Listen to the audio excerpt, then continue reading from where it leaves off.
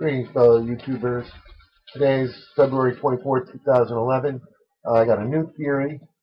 This theory is based on the volcanic emissions that have been ongoing for the last year. Um, Basically, water vapor is the main um, additive to our atmosphere. That's the number one source of volcanic gas is water vapor. Over time, the water vapor itself is going to cause torrential floods all over the world because you're just adding more and more rain.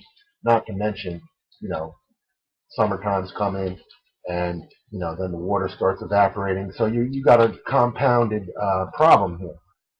Over the next 3 years, the torrential rains worldwide will be evident. So, what do I have to say about the volcanic gas issue? Well, it turns out that these volcanic gases are made up of sulfur dioxide and also CO2, fluorocarbons, and I would suppose methane also. The problem with this is that it gets into the atmosphere, creates pockets. Now they're using HARP as their way of controlling weather. I think I've discovered something, and that is the atmosphere is becoming rarefied. In other words, the gases that are compounding the problems that we're having are becoming conductive. Sulfur dioxide, or sulfur for one, is a very conductive gas, which leads me to believe that the rarefication of these gases will result in, if not have already, the results will be the electrification of that gas and the production of O3, which is ozone. The problem is at low level, ozone is very bad, and it has a very sweet smell. So you can actually probably detect it um, just by smelling it. You won't know what it is unless you're familiar with the smell of ozone itself.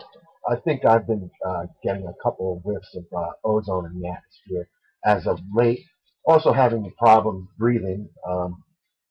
And the reports on the airplane the other day, there was an airplane that had people turning blue. Well, what happens is methane, a pocket of methane, could be trapped on the plane. Uh, Essentially, the oxygen is depleted, and the people they suffocate. So this is what happened to the birds. This is what will happen to us if we don't use a gas mask. When do we need a gas mask? Well, we probably already need one, but it's something that we're going to have to monitor on our own.